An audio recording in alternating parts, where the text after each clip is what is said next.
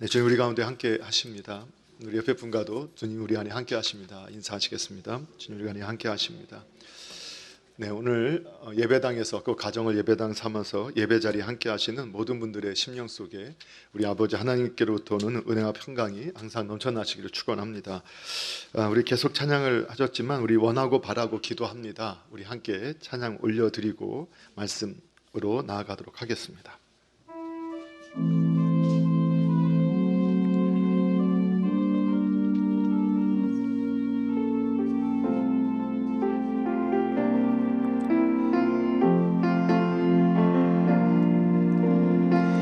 세상을 살아가는 동안에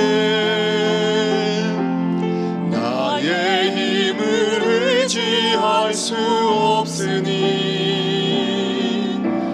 기도하고 낙심하지 말 것은 주께서 참 소망이 되심이라.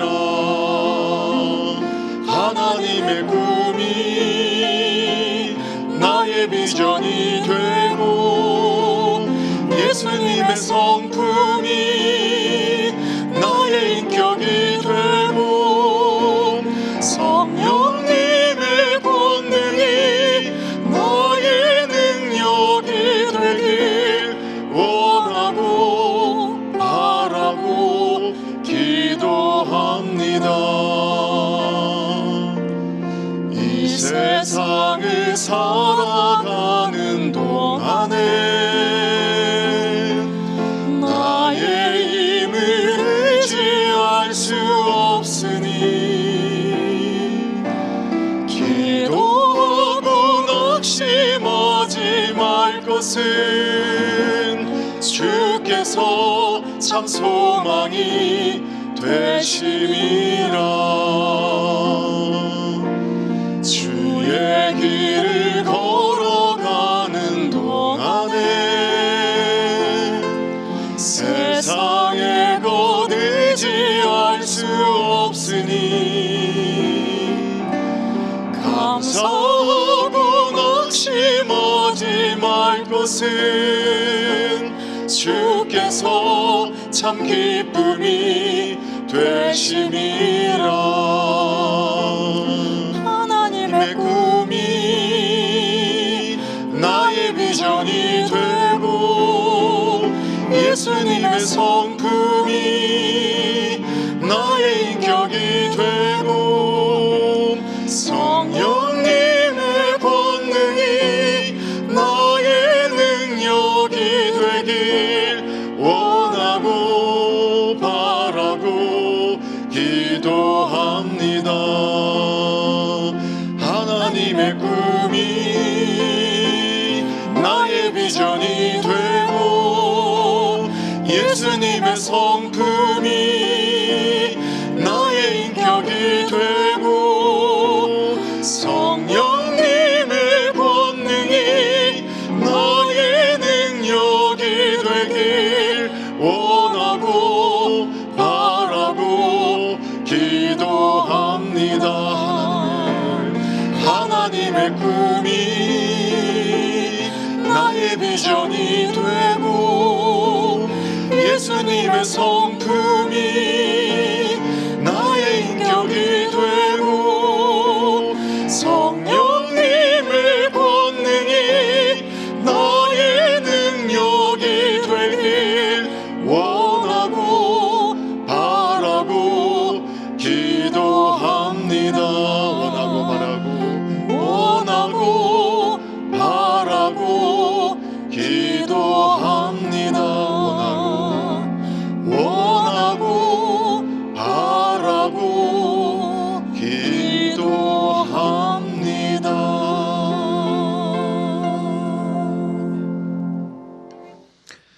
네, 우리 명절들 잘 보내셨나요? 네, 예전과 다른 명절을 보내게 되면서 정말 우리가 의지할 분은 주님밖에 없고 또 우리가 정말 헛된 것에 마음을 빼앗기면 낙심하게 되고 절망하게 되지만 다시 한번 주님을 바라보면 소망을 품게 되고 기쁨을 품게 되고 감사를 가지게 됨을 경험하게 됩니다. 이 코비드19로 인해서 참 많은 것들이 변화되고 또 많은 것이 위축되지만 우리 성도님들은 주님을 바라보심으로 끝까지 소망 가운데 기쁨 가운데 주님과 동행하시면서 승리하는 삶이 되시기를 바랍니다. 올해 우리가 교회 세상의 소금 빛으로 이렇게 표어를 잡고 믿음으로 출발하고 우리가 지난주에는 베드로전서 3장 15절 말씀을 중심해서 본질로 돌아가자. 결국은 그것이 빛과 소금된 삶, 교회된 삶을 사는 것이다 라는 것을 정리해 가면서 특별히 이 베드로 사도가 너희에게 그 소망을 묻는 사람들에게 대답할 것을 항상 준비하라, 이 말씀을 우리가 근거하면서 과연 우리들은 이렇게 누군가가 당신의 소망이 어디 있고 당신의 믿음의 내용이 무엇이냐라고 질문할 때마다 대답할 수 있는 내용을 갖고 있는 사람들이다라는 것을 함께 살펴보았습니다. 우리는 사실 교회를 출석하면서부터 그것을 배우고 익혔지만 그것이 얼마나 너무나 우리가 익숙하기 때문에 얼마나 소중하고 가치 있는 것인지를 잘 모르고 살고 있는데, 실제로 우리 교회의 신앙의 유산 중에서 가장 귀한 것은 우리에게 소망을 묻는 사람들에게 항상 대답할 수 있도록 우리가 배워왔던 이 사도신경 그리고 십계명, 주기도문은 모든 신앙인의 보화 같은 것이라는 것을 우리는 꼭 기억을 해야 합니다. 그리고 그것을 우리가 깊이 묵상하고 그 깊이가 깊어질수록 또 우리의 삶에서 또 하나님 되심이 증거되어지게 되고 참 교회됨 그리고 참 소금과 빛된 삶을 살아갈 수 있게 됩니다. 저와 여러분이 더 그렇게 주님 앞에서 준비되어질 그릇으로 하나님 아버지 앞에 영광 돌리는 은혜가 있기를 주님의 이름으로 축원합니다. 오늘부터 이제 사도신경의 말씀을 그래서 깊이 나누려고 하는데, 오늘은 그 서론에 해당하는 시간을 가지고 본문 말씀 마태복음 28장 19절 20절 말씀을 포함해서 우리 가르쳐 지키게 하라라는 제목으로 사도신경이 그 내용이 무엇이고 그리고 오늘날 왜 우리가 사도신경을 공부해야 하는지에 대해서 깊이 살펴보도록 하겠습니다. 자, 먼저는 우리가 이제 첫 번째 먼저 살펴볼 것은 이 사도신경이 어떻게 나왔나 이전에 우리의 믿음이 무엇이냐, 믿음이라는 것이 무엇이냐를 정리하는 것부터 출발하는 것이 맞을 것 같습니다. 사실 우리 남서울중앙교회당에 함께 교회로 섬기고 계시는 우리 성도님들은 이미 저와 함께 많은 시간을 통해서 공부도 하고 이 내용을 나눴기 때문에 믿음 하면은 이미 정의를 내리실 수 있을 것이라고 저는 확신을 합니다. 근데 종종 우리가 지난 시간에 교리를 배우고 교의 신조를 배우면서 개인의 신앙의 어떠한 틀이 교리라면 교의는 그것이 합의된 교리가 교의다라고 표현할 수 있는데, 사실 우리에게 가장 중요한 게 교리라고 했습니다. 실제적인 삶에서. 왜냐하면 사람은 내가 알고 있고 믿고 있는 바대로 행동하고 말하고 살아가기 때문입니다. 그런데 우리가 이미 내 삶에 너무 익숙해진 것들은 우리가 교의, 신조를 가르쳐줘도 이거를 배우지 못하고 받아들이지 못하는 경우들이 참 많습니다. 그래서 우리 남서울중앙교회 성도님들, 우리 교회당에 함께 교회로 부름받은 성도님들은 여러분이 배워왔던 거 있다 하더라도 제가 단에서 선포된, 그리고 제가 우리 성도님들한테 전하는 이 내용으로 좀 이렇게 전환을 하거나 또 거기에 더 더하는 믿음이 되면 좋은데, 사실 한두 주만 지나가면 옛날에 내가 생각했던 것으로 돌아가는 것이 더 많습니다. 근데 여러분 안 그러실 거라고 제가 믿고 한번 제가 질문을 하겠습니다. 여러분, 믿음이 무엇입니까?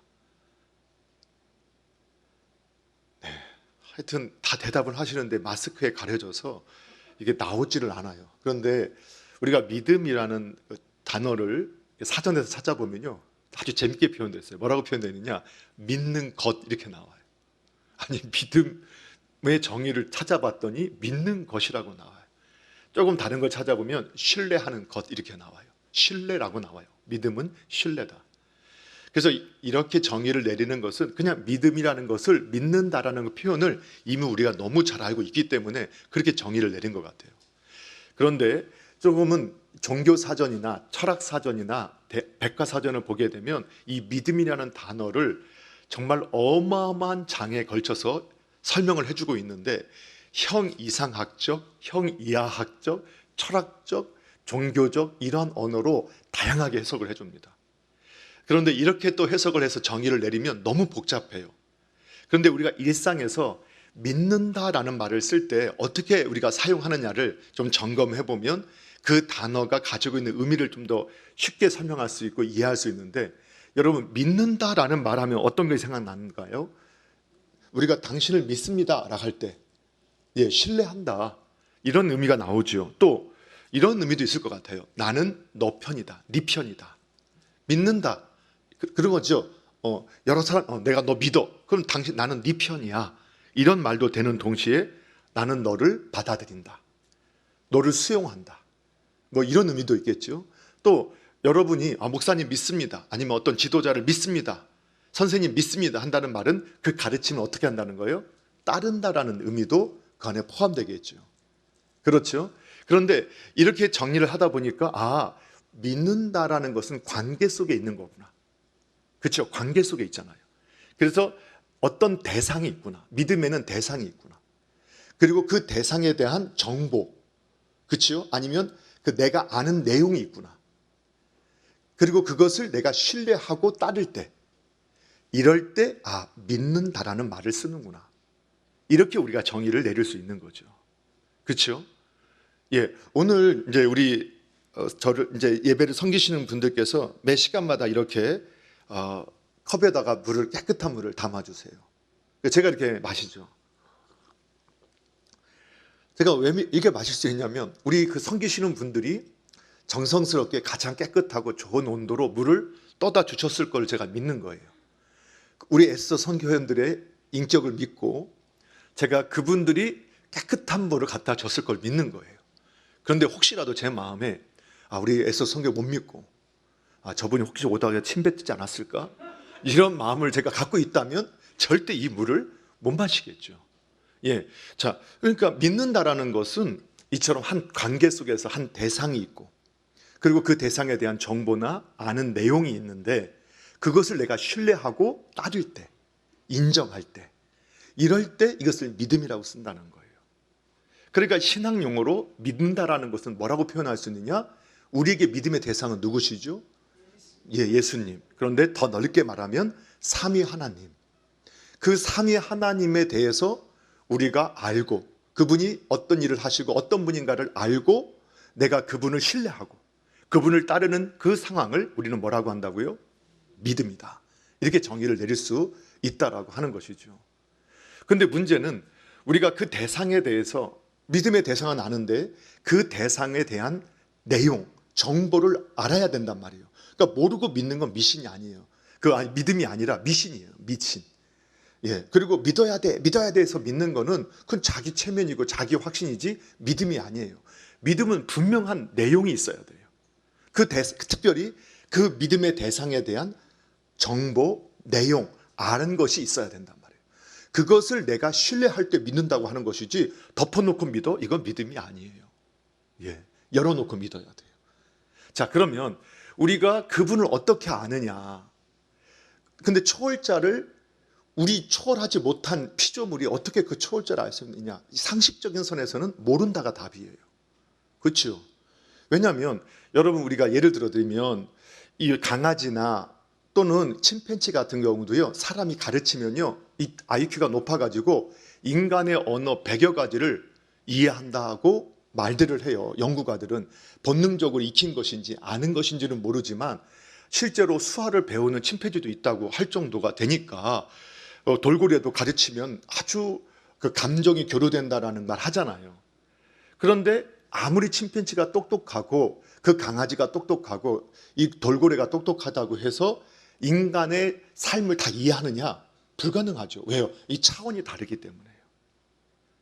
무슨 말인지 아시죠? 그렇기 때문에 우리가 하나님을 안다?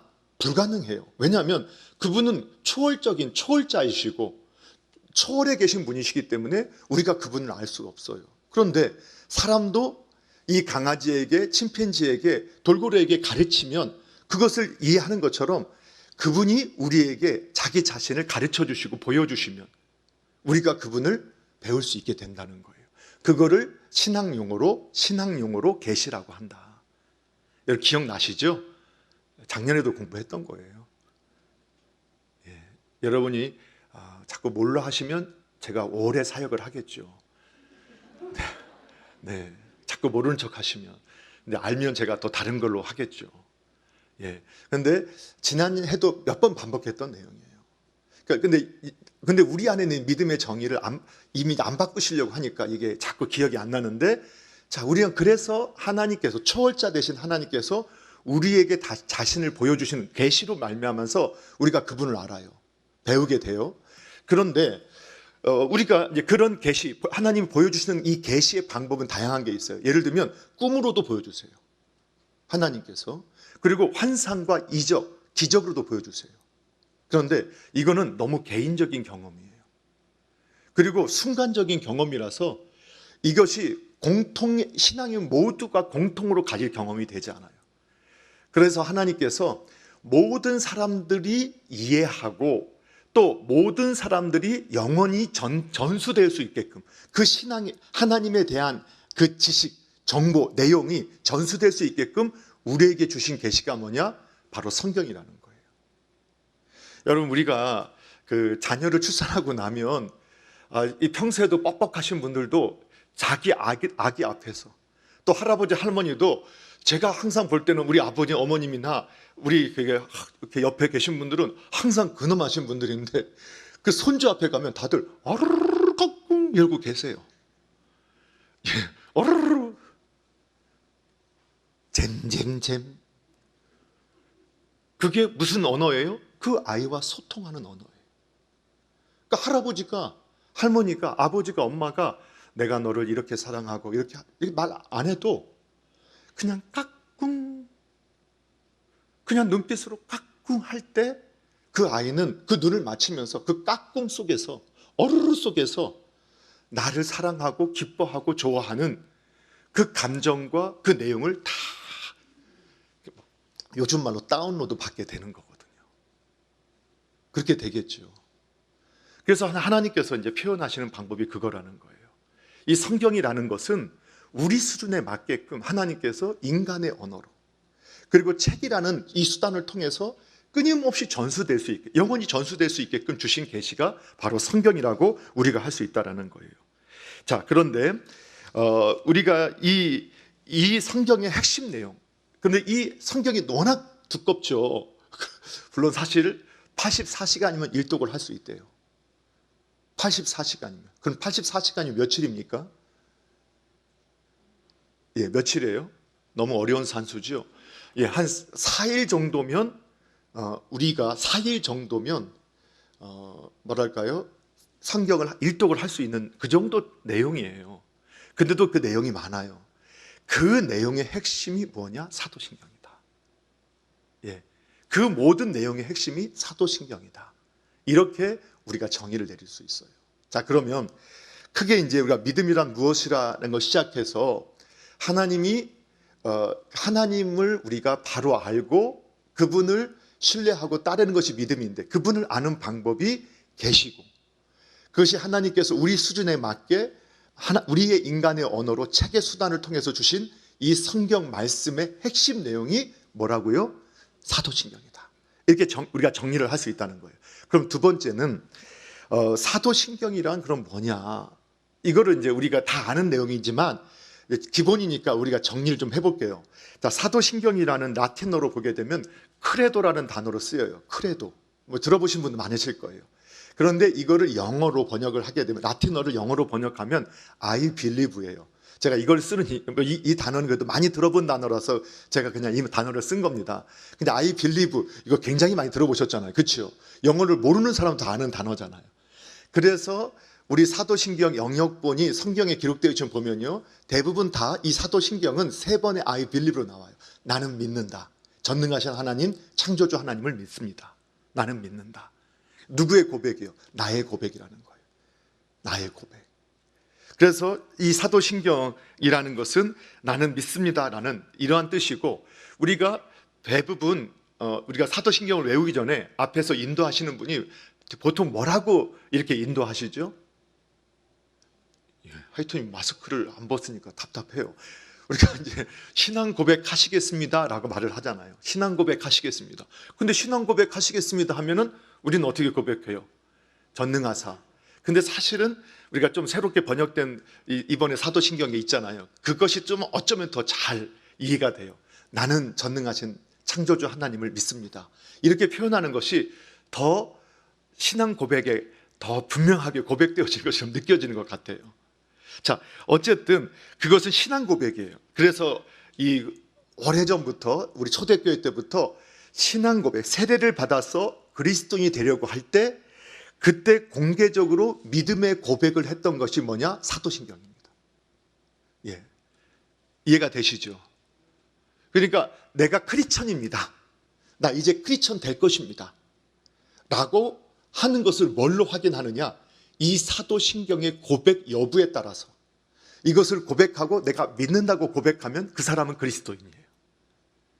예, 그 다음에 그래서 이 단어를 좀 더 알아줄 게 있는데 히브리서 4장 14절 말씀에 보게 되면 이런 말씀이 있는데 우리 같이 한번 이 히브리서 4장 14절 말씀 함께 읽어보겠습니다. 시작.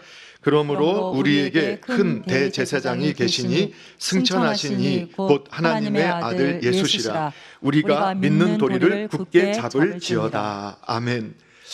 히브리서 기자가 오늘 교회된 모든 성도님들에게 앞의 내용을 해석하지 않을게요. 너무 또 복잡해지니까 그 뒤에 보니까 우리 성도들에게 믿는 도리를 굳게 잡아라. 이렇게 말하고 있어요. 이때 믿는 도리라는 것을 다른 번역본을 찾아보게 되면 그 신앙을 굳게 잡아라. 고백하는 신앙을 굳게 잡아라. 이런 의미예요. 그러니까 너희가 고백하는 그 신앙을 굳게 잡아야 된다는 거예요. 예, 그래서 다른 거 붙잡으면 안 돼요. 우리가 고백하는 이 신앙만 굳게 잡아도 된다는 거예요. 자, 그런데 이 도리라는 원어를 보게 되면 어떤 의미가 담겨져 있냐면 같은 말을 한다라는 뜻이 있어요. 같은 말을 한다. 뭐라고요? 네, 같은 말을 한다. 이 도리라는 것은 같은 말을 하는 거예요. 다시 말하면 신앙 고백은 우리의 신앙을 같은 말로 고백하는 거예요. 그 사실을 믿으셔야 됩니다. 그러니까 우리가 신앙 고백한다는 건 뭐냐? 신앙 고백을 한다는 것은 우리의 신앙, 우리 모두의 신앙을 같은 말로 고백하는데 그것을 굳게 잡아야 된다. 이것을 우리 믿음의 사도들이 우리에게 제시해 준 거예요. 그러니까 우리 신앙을 견고하게 하기 위해서는 어떻게 해야 되느냐? 믿음의 도리, 우리가 같이 고백하는 그 신앙의 고백의 내용을 굳게 잡으면 된다. 이렇게 우리에게 권면해 주는 거예요. 그러니까 사도신경 우리가 중요한지 알았지만 사실 이게 중요하다라는 것을 많이 놓치고 지내왔잖아요. 근데 올해 오히려 더 견고하게 세워질 수 있기를 바랍니다. 그래서 이제 우리가 사도신경을 공부하다 보니까 그럼 왜 사도신경이라고 이름을 붙였습니까? 왜 그랬을까요? 그러니까 어떤 분들은 그랬더니 사도들이 이 조문을 만들었기 때문입니다라고 말씀하시는 분도 계시더라고요. 그런데 실제로는 사도들이 작성한 것은 아닙니다. 예, 왜냐하면 성경 어디에도 이 전체 사도신경의 내용이 기록되어 있는 구절이 없잖아요. 그렇죠? 그러니까 사도들이 기록한 것은 아니에요. 그런데 초대교회 문헌에 보게 되면 사도들이 기록했다 하는 문헌도 있었습니다. 이게 어떤 내용이 있었냐면 이런 내용이에요. 우리 성경을 잘 아시니까 사도행전 2장에 보면 사도들과 그 여자들과 한 120명의 사람들이 보통은 마가의 다락방에 모여서 기도했던 것으로 알고 있잖아요. 그런데 거기 기도할 때 성령님이 임하시는 사건 기억하시잖아요. 그때 어떤 문헌에서는 그때 방언만 한 게 아니라 그때 사도들이 이 신앙의 고백을 고백했다는 거예요. 12사도가. 그러면 어떻게 고백했느냐? 베드로가 성령이 임하면서 전능하사 천지를 만드신 하나님 아버지를 내가 믿사오며 하니까 옆에 있던 안드레 사도가 그 다음에 그 외아들 우리 주 예수 그리스도를 믿사오니. 그러니까 보통 이제 베드로, 안드레, 야고보, 요한이 4대 쭉쭉 12명 다 있는데 그 옆에 이제 야고보 사도가 이는 성령으로 잉태되사 동정녀 마리에게 나시고, 그러니까 그 옆에 있는 요한은 본디오 빌라도에게 고난을 받으사 십자가에 못 박히시고 이렇게 이제 쭉 했다라는 이러한 전설이 있어요. 이거는 전설입니다. 그래서 이제 15세기, 16세기 들어와서 종교개혁가들은 그것은 실제 사건은 아니다. 왜 성경 어디에도 기록되어 있지 않기 때문이라는 거예요. 그러면 사도신경의 내용은 어디서 나오고 누가 만들었느냐? 여러분 이제 앞으로도 계속 공부할 거니까 이거는요, 초등학교 때 성경고사 아니면 성경 대회 나가면 질문 나오는 거예요. 한번 맞춰보세요. 출애굽 아이고 답을 말했네요. 네. 그 10계명이 기록되어져 있는 말씀, 장까지 말씀하면 좋지만 장이 아니라 책 2권이 있어요. 성경 2권이 있어요. 예, 출애굽기, 신명기. 예, 아주 훌륭하십니다. 그 출애굽기 장까지 말하면 출애굽기 20장, 신명기 5장. 그렇죠? 여기에 10계명이 다 전문이 기록되어져 있어요. 그리고 주기도문은 다 신약 성경에 기록되어 있어요. 제가 그걸 답을 좀 미리 반은 줄여드릴게요. 주기도문은 신약 성경에 있어요. 2권의 또 책에 나와요. 또 줄여드릴게요. 사복음서에 나와요. 예, 어디 나올까요? 예, 네 맞았습니다. 하여튼 맞았다고 제가 알아요. 예, 마태복음과 누가복음. 그래서 우리가 마태복음 6장과 누가복음 11장에 보게 되면 이게 나오잖아요. 근데 사도신경, 사도신조의 내용은 성경 어디에도 기록되어 있지 않습니다. 그런데 특정한 본문에 나오지 않지만 이 사도신경 그리고 사도신조는 이 창세기부터 계시록까지의 말씀 그리고 예수님께 배웠던 사도들의 가르침들이 전체가 요약된 것이 바로 사도신경입니다. 역시 그래서 특별한 한 권에 기록되어 있지 않지만 사도신경의 뿌리도 성경이다라고 우리는 말을 할 수가 있습니다. 그런데 역사적으로 우리가 공부를 좀 하셔야 나중에 무슨 말을 이단들이 와서 말을 해도 조금 우리가 말할 수 있으니까 역사적인 교회사 가운데서 그러면 이게 언제 사도신경이 오늘날 같은 모양으로 완성됐느냐? 예, 그것은 좀 역사를 알아야 되는데요. 간략하게 말씀을 드리겠습니다. 교회 문헌에 보게 되면 교회사 문헌에 보게 되면 처음으로 이러한 형태가 사용되어졌다라고 기록된 것은 AD 170년경으로 되어 있습니다. 로마 교회에서 세례를 줄 때 교육을 하고 나서 지금처럼 우리는 이렇게 손으로 이렇게 물을 묻혀서 관수 뿌리는 이제 세례를 주는데 초대교회는 대부분이 흘러가는 물에서 담갔다가 일어나는 침례 그리고 좀 더 그거 규모가 있어질 때는 욕조 같은데 그 세례조라고 하는 욕조 같은데 이렇게 성부와 성자와 성령의 이름으로 하면서 한 번씩 눌러서 안수를 하면서 일어나면서 세례를 그렇게 주었었습니다.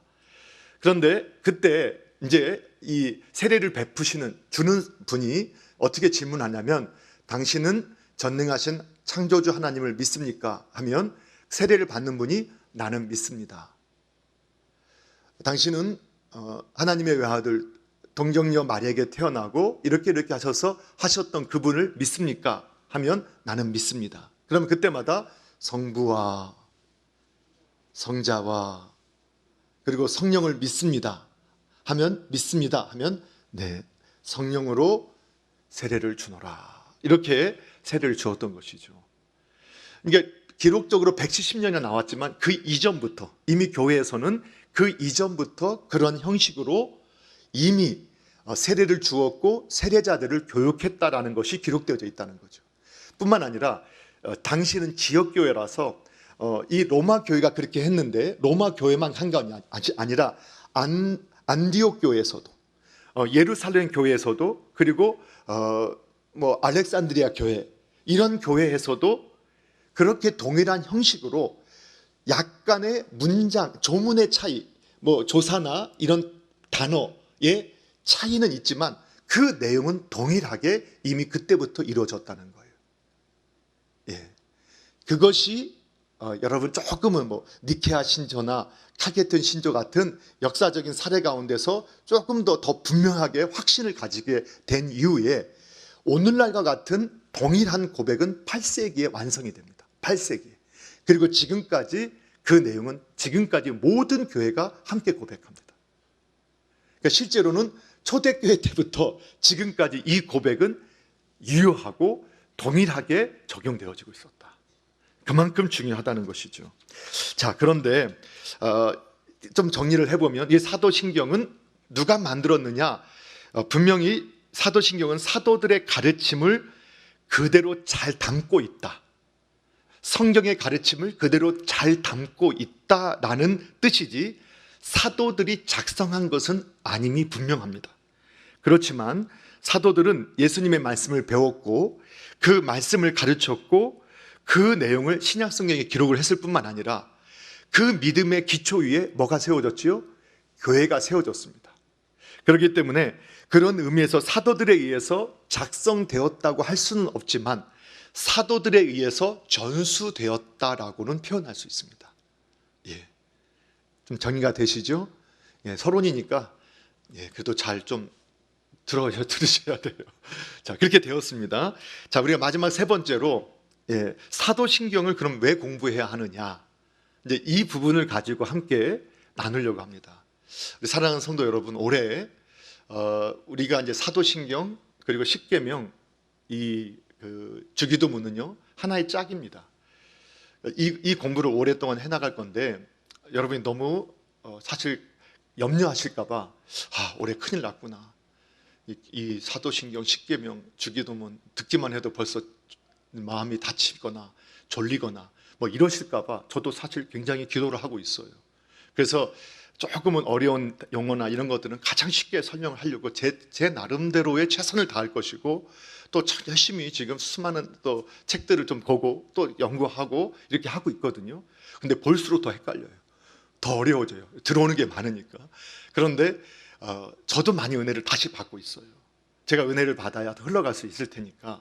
그런데 성도님께 부탁을 드리는 것은 올 한 해에 정말로 신앙에 이미 연조가 깊으신 분들은 다시 한번 이 사도신경과 십계명과 주기도문을 통해서 내 영혼이 뜨거워지고 다시 회복되는 역사가 있기를 저는 소망하고요.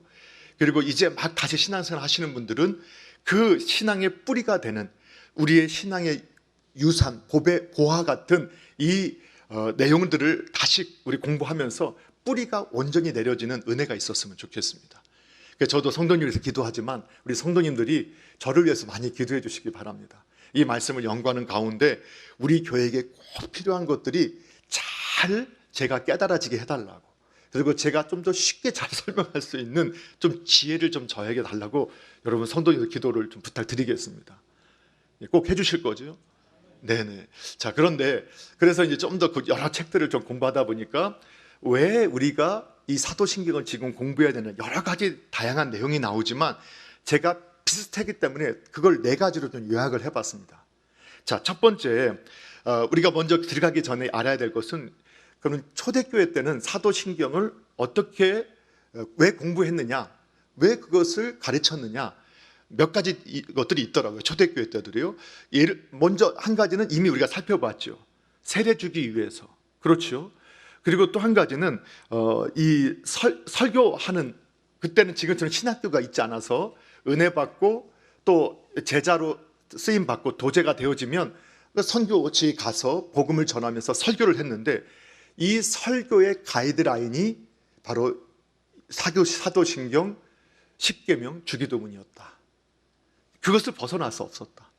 뿐만 아니라 신앙 고백을 담아서 예배할 때, 다시 말하면 이 사도신경을 고백하지 않으면 예배 자리에 올 수 없었어요. 그래서 그 신앙의 전통 때문에 오늘 우리도 처음에 앞에 이제 인도하시는 사회 보시는 목사님이 앞에 묵도하고 또 성시를 낭독하지만 우리 인도자와 모든 성도님들, 같은 신앙의 그 성도님들이 가장 먼저 하나님 앞에 고백하는 신앙 고백은 모두가 같이 하잖아요. 그래서 예배 때 예배를 위해서, 예배의 온전한 예배자가 되기 위해서 이 신앙 고백을 하게 한 거예요. 자, 뿐만 아니라 그 초대교회 때는 귀신을 쫓아낼 때 이 사도신경의 말씀을 암송을 하면서 귀신을 쫓아냈다는 사례들이 있다고 합니다. 왜냐하면 이것이 모든 신앙에 확신을 주는 내용이기 때문에 이 확신 때문에, 이 믿음의 고백 때문에 귀신이 쫓겨나가거든요. 그래서 귀신을 쫓아내기 위해서 축사 행위를 하는 분도 아마 이 말씀을 외웠을 것이고, 그 귀신 들린 사람한테도 이 사도신경을 외우게 했었을 거라고 그런 생각을 해보게 됩니다. 자, 그리고 나서 교인들이 공적으로 편지를 쓸 때도 이 범위 안에서 쓰게 했다. 그래서 가르쳤다라고 이렇게 기록이 되어져 있어요. 그런데 오늘날은 그럼 우리가 왜 공부해야 되냐? 이런 이유가 다 포함될 수 있지만 가장 첫 번째로 보는 것은 제임스 패커가 이 사도신경을 해석하면서 이런 말을 하거든요. 삶을 우리가 여행지를 갈 때 지금은 워낙 스마트폰이 잘 돼서 그런 거 안 갖고 가요. 그런데 예전에는 지도를 살펴보고 가고 예전 아마 그 하셨던 분들 보면 그 지도책 있잖아요. 우리 지방 간다 하면 우리 남자분들은 딱 책 하나 딱 펴놓고 도로 일단은 전국도로에서 몇 번 쭉 이쪽은 뭐 홀수는 아래쪽으로 짝수는 오른쪽으로 딱 이게 되어 있거나 가로세로 되어 있고 그거 다 머리에 넣고 있고 일단 어디를 가다가 몇 번 국도로 빠져야 된다.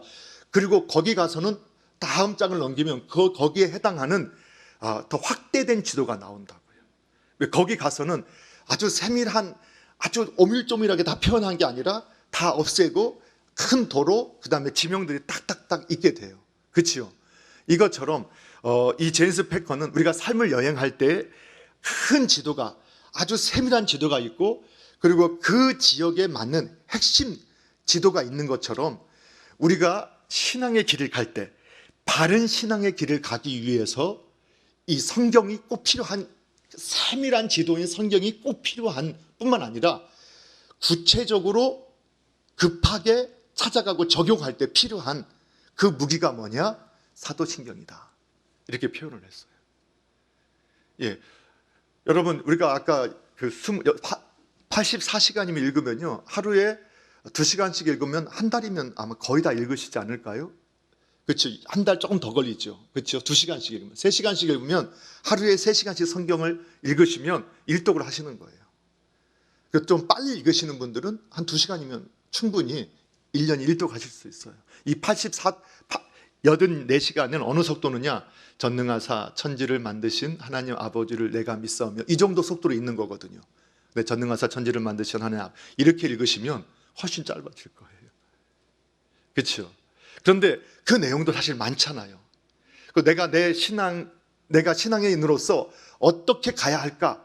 그때 그 기준이 되는 신앙의 길을 가기 위해서 꼭 가져야 할 그것이 뭐냐? 바로 십계명이다. 물론 우리 십계명 하면 여러분 뒤에도 십계명 사도신경, 십계명, 주기도문 이렇게 항상 한 세트로 기억을 하시기 바랍니다. 하지만 사도신경이 특별히 뿌리가 되는 거예요. 그 줄기에서 십계명이 나오고 거기서 열매로 비전인 주기도문이 나와서 하나의 큰 틀을 만들어 주는 거거든요. 자, 그래서 바른 길을 가기 위해서 반드시 신앙의 바른 길을 가기 위해서 사도신경이 필요하다. 십계명, 주기도문 필요하다. 두 번째 비슷한 내용이에요. 바른 신앙의 기준을 가지기 위해서다. 똑같은 말을 또 설명한 겁니다. 우리가 지난해에 기독교 세계관, 성경적 세계관에 대해서 말씀했잖아요. 그 기독교 세계관, 성경적 세계관을 가질 수 있게끔 주는 안경, 모든 성도에게 준 안경이 뭐냐? 사도신경, 십계명, 주기도문이에요. 예. 그러니까 우리가 성경적으로 우리가 모든 것을 이해한다, 그리고 해석한다, 반응한다. 그것의 기준이 뭐냐? 사도신경, 십계명, 주기도문이에요. 예. 그럼 그런 분은 이 세 가지를 바로 묵상하고 알고 계시면 바른 기독교적인 세계관, 성경적 세계관을 가지고 있게 됩니다. 그 사실을 확신하셔야 돼요. 자, 그 다음에 똑같은 내용이에요. 하나는 이단을 분별할 수 있게 돼요.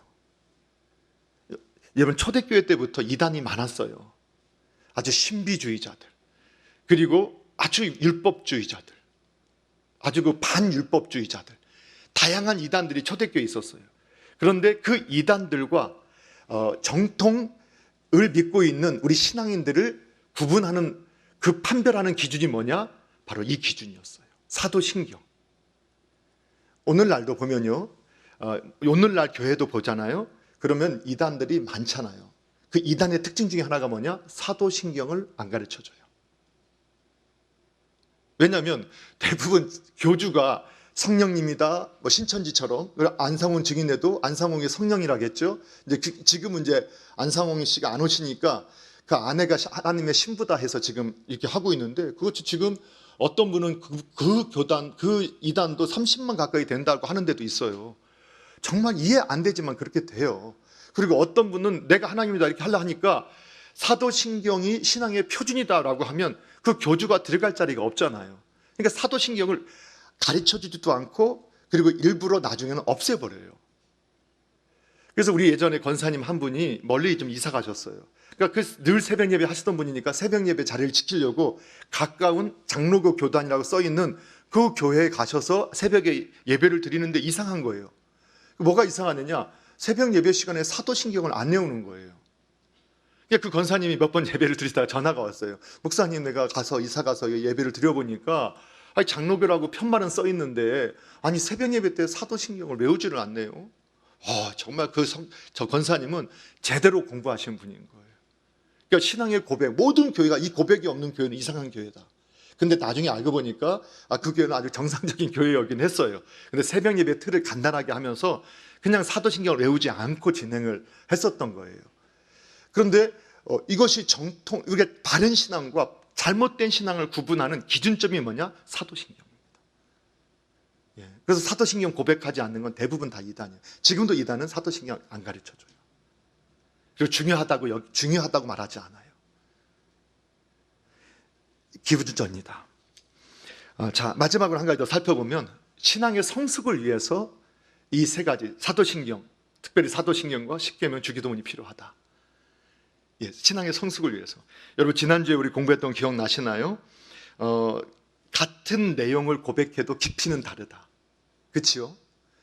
그 신앙의 표준이 되는 것이 십계명 그리고 주기도문, 사도신경이라고 했는데 오늘날 교회된 성도가 성경 공부하시거나 또는 목회자가 설교를 하거나 우리 자녀들 신앙교육할 때 그 지침, 그 기준, 그 뼈대, 그 틀이 뭐냐? 이 세 가지라고 할 수 있어요. 그 핵심은 사도신경이에요. 그러니까 이것은 다 우리 모든 초신자도 이것은 다 알아야 되고 또 오래된 분도 이것이 기준이에요. 이 기준을 벗어났어. 똑같아요. 그렇죠.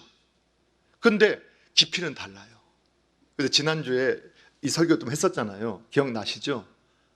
다 까먹으셨나?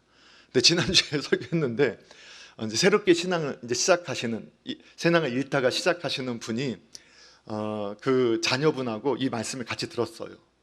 그분이 교회 못 나오시고 영상으로 듣고 나셔서 그 한 주 동안에 원하고 바라고 기도합니다 찬양을 그 피아노를 칠 수 있어서 그걸 피아노를 치면서 그걸 고백한 그 찬양을 고백한 것을 녹음해가지고 녹음 파일로 보내주셨더라고요. 저한테가 제 아내한테.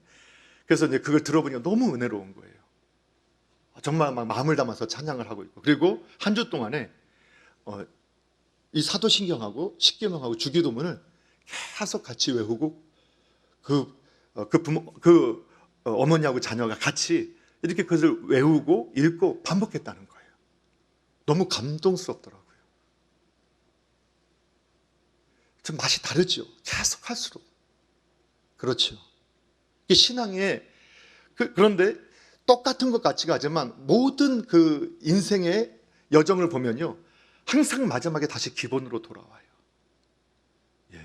제가 옛날에 들었던 데서 맞는지 안 맞는지 모르겠어요. 그게 뭐냐면 무술하는 분들이 지금 우리 막지같이 막 태권도 배우면 정말 즐거워하거든요.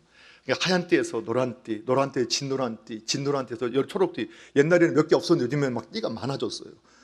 매달 뭐가 자꾸 이렇게 복돋아 주려고 그런 것 같아요. 좋은 의도니까 뭐 빨리빨리 단단하게 중요한 게 아니니까. 근데 이게 단을 이렇게 막 열심히 이렇게 연습을 하잖아요. 그리고 띠가 올라가면 맨 마지막 때가 이제 검정띠를 탁 매게 되면 이때부터는 그냥 계속 단이에요. 그런데 마스터가 되면 제가 저도 태권도 배웠을 때 마스터가 되면 마지막 정점에 가면 다시 무슨 띠를 띈다고 하죠? 하얀 띠 아닌가요? 요즘 태권도 이렇게 안 가르치나요? 혹시 또 이제 목사님 뭘 모르네 이렇게 하시지 마시고 옛날에 제가 들었던 건데 마스터가 되면 다시 하얀 띠로 돌아간다. 모든 전문가들 그리고 모든 스포츠를 하는 분들이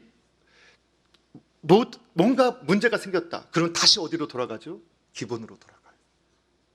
그 0.1mm가 바뀌어져 있는 그 폼을 고치려고 다시 노력하는 거예요. 그래서 깊이 있는 분은 뭐냐? 이 기본이 아주 분명하게 숙성되어 있는 분이에요. 자, 그래서 내용은, 재료는 똑같아요. 그렇죠? 사도신경, 십계명, 그리고 주기도문, 재료는 다 똑같잖아요. 근데 깊이는 달라요. 맛은 달라요. 명절 때가 되면 생각하는 게 있어요. 결혼 초기에 제가 이제 제 아내가 음식을 만든다고 하면 그 재료는 똑같이 파도 있고 두부도 있고 된장 뭐 다 있는데 하여튼 부산하기는 굉장히 부산한데 시간은 많이 걸리고 또 맛은 있는데 하여튼 깊이는 좀 뭔가 좀 이렇게 해요. 아니 맛은 있어요. 그런데 하여튼 막 그랬던 것 같아요. 그리고 이제 명절 때가 되면 어머니와 같이 가서 정말 부산하게 많이 움직이고 하는데 뭔가 만들어내는 건 적은 것 같이 보여요. 근데 옆에 보면 어머니는 부산하지도 않아요. 천천히 움직이는 것 같아요. 근데 뭐 하고 나면 뭐가 나와요. 근데 이제 최근에 제 아내를 보면서 느껴지는 게 있어요. 그게 뭐냐? 정말 제가 여보 배고파 하는데 여보 식사하세요 하는데 언제 준비했는지 소리도 하나도 안 나는데 음식 준비 다 끝나 있어요. 맛도 깊이가 끝내줘요. 이제는 보니까 아 어머니의 경지까지 갔구나. 뭐 이런 생각이 들 때가 있게 되고 심지어는 그냥 제가 유튜브 같은 건 아니면 보다가 야 이런 거 참 맛있겠네 했더니 그냥 그걸 그냥 만들어서 갖다 놔요. 야 똑같은 재료를 가지고 그게 깊이에요. 그러니까 이게 다 아는 것 같아도 우리가 다시금 이 재료를 얼마나 똑같은 재료를 가지고 얼마나 맛이 나느냐 이것이 신앙의 연륜이고 신앙의 깊이에요. 다 아는데 그렇지 않아요. 여러분 기도의 중요성을 모르는 분들이 누가 있으세요? 초신자도 기도의 중요성을 알고요. 중신자도 알고 고신자도 알아요. 이 표현이 맞나요? 하여튼 다 기도의 중요성은 다 알아요. 그런데요. 초신자는요. 문제가 생기면 기도가 중요한 건 알지만 문제가 생기면 기도하러 가지 않아요. 그냥 슬퍼해요. 다시 옛날처럼 술 마시러 가거나 또 친구 만나거나 오락에 빠지거나 옛날로 돌아가는 사람이 더 많아요. 문제가 생기면 초신자가 다 같이 신앙의 틀을 다 같이 외우고 있어요. 다 알고 있는데 그렇게 돌아가요. 그런데 왜 집사님, 안수집사님, 권사님, 장로님이에요? 왜 장로님, 권사님이에요? 이분들은 문제가 생기면 기도의 중요성을 아는데 멈추는 게 아니라 기도하는 자리로 나아가요. 그리고 그 문제를 바라보는 게 아니라 하나님께 바라봐요. 그리고 왜 장로님, 권사님이에요? 문제가 없어도 기도의 자리를 지켜요. 그래서 그분들을 교회의 기둥이다, 교회의 울타리다고 표현하는 거예요. 그렇지 않습니까? 그 신앙의 같은 재료를 가지고 같은 맛을 내는 것처럼 보여지지만 깊이가 달라요. 바라는 것이 있어요.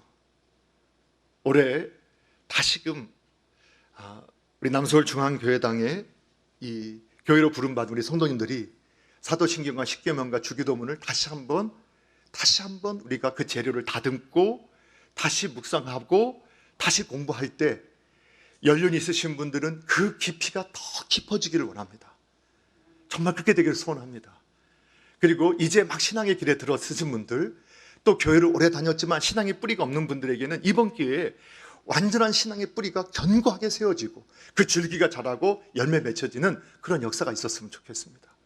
그래서 세상으로 보냄받은 참 교회로서 소금으로서 빛으로서 그 사명을 감당하고 주님의 복의 통로로 쓰임받는 귀한 우리 남서울 중앙교회당의 교회로 부름받은 우리 성도님들 한 분 한 분이 되시기를 주님의 이름으로 부탁드리겠습니다. 네, 기도하겠습니다. 아버지 하나님 감사합니다. 올해 저희들이 말씀을 함께 공부하고 특별히 신앙의 유산의 그 보물을 우리가 함께 다시 바라보며 나아갈 때 주 예수님, 성령님, 우리 모든 성도님의 심령에 저의 심령 속에 역사해 주셔서 더 깊이 깨달아 알게 하시고 깊이 경험하게 하여 주셔서 하나님의 큰 일을 이룰 수 있는 은혜가 있게 하여 주시옵소서. 또 이 땅에서 오비고 생명이 있는 동안에 주의 진리의 말씀을 따라 살아가면서 아버지 정말 복음의 통로, 복의 통로, 또 은혜의 통로로 또 축복의 통로로 쓰임받게 하여 주시며 하나님 나라를 세우고 하나님의 뜻을 세워가는 일에 복되고 아름답게 사용되어지는 복의 통로들 되게 하여 주시옵소서. 주께서 함께 하심을 믿으며 예수님의 이름으로 기도하옵나이다. 아멘.